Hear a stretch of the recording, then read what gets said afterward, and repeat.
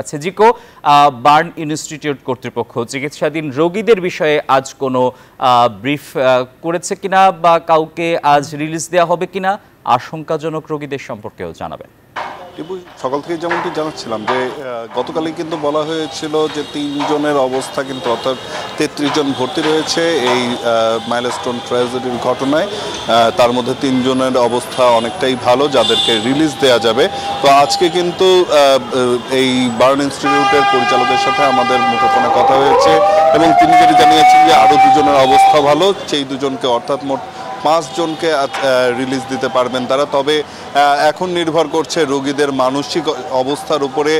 তারা যদি আসলে আরও কয়েকদিন থাকতে চান সেক্ষেত্রে আসলে তাদেরকে বার্ন ইনস্টিটিউটে রেখে যেই চিকিৎসাগুলো রয়েছে সেগুলো দেওয়া হবে। তবে বার্ন ইনস্টিটিউট কর্তৃপক্ষ তারা যেটি বলছেন যে এই 5 জনকে আসলে রাখার আর কোনো প্রয়োজন এখন এখানে আর নেই। তারা চাইলেই চলে যেতে পারেন এবং তাদের যেই পেপারস রয়েছে সেগুলো কিন্তু এরই মধ্যে সম্পূর্ণরূপে কমপ্লিট করা হয়েছে।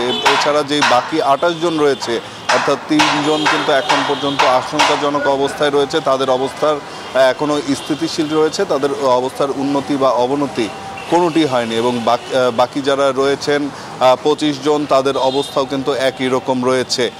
এছাড়াও গতকালকে একজনের মৃত্যু হয়েছে। আজকে সেই মৃত্যুর মিছিলে আসলে নতুন কোনো নাম যুক্ত হয়নি, যার কারণে স্বস্তি প্রকাশ করেছেন হাসপাতাল কর্তৃপক্ষ। তো এই ছিল এখন পর্যন্ত বার্ন ইনস্টিটিউট থেকে আমার কাছে এখানকার সবশেষ তথ্য। আমার আরেক সহকর্মী মাসুদ সুমন রয়েছেন দুর্ঘটনাস্থল অর্থাৎ মাইলস্টোন স্কুলে, সেখানকার পরিস্থিতি জানতে সরাসরি যুক্ত হব তার সাথে। সুমন, সেখানের পরিস্থিতি যদি আমাদেরকে একটু জানান।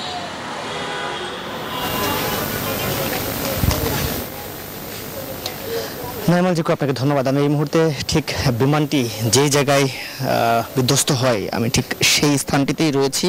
আপনারা জানেন যে বিমান বাহিনী এরই মধ্যে সমস্ত আলামত তারা সংগ্রহ করেছে এবং গণমাধ্যম কর্মীদের জন্য একটি উন্মুক্ত করে দেওয়া হয়েছে। আমি আপনাদের দেখাচ্ছি সেখানকার চিত্রটি, দেখছেন যেখানে ঠিক বিমানটি বিধ্বস্ত হয় তার ভয়াবহতা কিন্তু যত দিন যাচ্ছে তত স্পষ্ট হচ্ছে। আপনারা যেমনটি দেখছেন ভেতরের এখন পর্যন্ত বা সংস্কারের কাজ শুরু হয়নি। এখানে বিদ্যালয়ের পাশে যেমন গাছ দেখছেন, গাছগুলো উপরে গিয়েছিল, গাছে এখন ফুল ফুটছে নারকেল গাছে, কিন্তু আবার পাশেই যে দোলনা দেখছেন সে দোলনায়ও আবার সংস্কার করা হবে। শিক্ষার্থীরা বলছেন সবই আগের মতো চলবে, আকাশ দিয়ে এখনও বিমান উঠছে। বিদ্যালয়ে আবার এই রুমে আবার শিক্ষার্থীরা প্রবেশ করবেন, কিন্তু যারা সহপাঠী হারিয়েছেন, যারা স্বজন হারিয়েছেন, যারা যেসব বাবা মারা সন্তান হারিয়েছেন তাদের মানসিক অবস্থার আদৌ কি পরিবর্তন হবে, এত বড় ট্র্যাজেডি তারা আসলে ভুলতে পারবে কিনা এমন প্রশ্ন উঠছে। এবং এখানে বিদ্যালয়ের পক্ষ থেকে কিন্তু কাউন্সিলিংয়ের ব্যবস্থা করা হয়েছে। এখানে শিক্ষার্থী বা অভিভাবকরা যারা সবচেয়ে বেশি আঘাত পেয়েছেন, যারা প্রত্যক্ষদর্শী ছিলেন একদম, তাদের বিভিন্নভাবে মোটিভেট করা হচ্ছে। আমরা বিমান বাহিনীর সাথে কথা বলেছি, তারাও এখানে কাউন্সিলিংয়ের ব্যবস্থা করেছেন। সাইকোলজিস্ট আসছেন, তারা এখানে যারা সরাসরি এখানে দেখেছেন মৃত্যুর ঘটনা বা পড়ে যাওয়ার ঘটনা, তাদেরকে বিভিন্নভাবে মানসিকভাবে সুস্থ করার চেষ্টা করছেন। শিক্ষার্থীরা যেমনটি বলছেন তারা ক্লাসে ফিরবেন এবং বিদ্যালয়ের পক্ষ থেকে যেমনটি জানানো হয়েছে আগামী বৃহস্পতিবার পর্যন্ত বন্ধ ঘোষণা করা হয়েছে সমস্ত কার্যক্রম এবং রবিবার আবার শিক্ষার্থীরা তাদের ক্লাসরুমে ফিরবেন।